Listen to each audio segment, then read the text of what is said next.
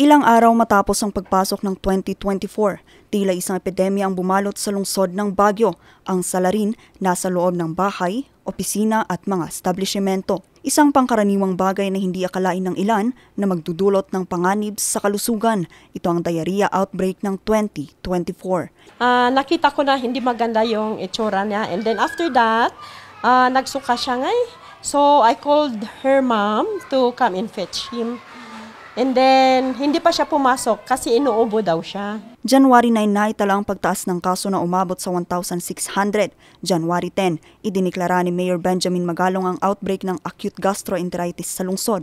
Makalipas ang ilang araw muling sumipa ang mga kaso. Dito na naalarma ang pamahalang lungsod kaya naman nagsagawa sila ng mas malalimang investigasyon at dito nila natuklasan na ang sakit ay mula sa mga kontaminadong tubig. Pero ang tanong, ano nga ba ang mayroon sa tubig na nagdulot ng diarrhea?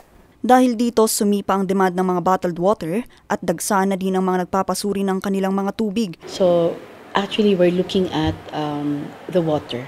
Yeah, so we hope that our residents, our clients and customers in the different food establishments will drink bottled water. Kung hindi purified water ang i-offer ng ating mga night establishments. Sa virology test ng Research Institute for Tropical Medicine o RITM, mula sa mga stool samples ng 10 nagkaroon ng diarrhea, naging mas malinaw ang sanhi ng diarrhea. E. coli bacteria, sapovirus at norovirus, mga karaniwang virus na matatagpuan sa isang dumi ng tao.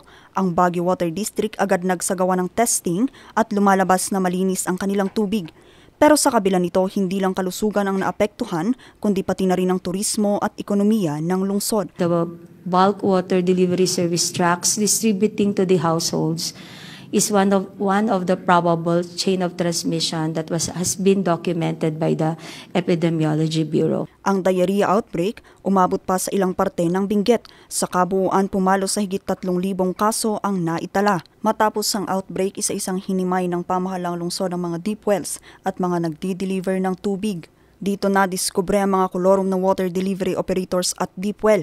Kaya ang National Water Resources Board binigyan ng kapangyarihan ng pamahalang lungsod para magbigay ng lisensya sa mga deep wells at pag-amyenda sa water code ng lungsod.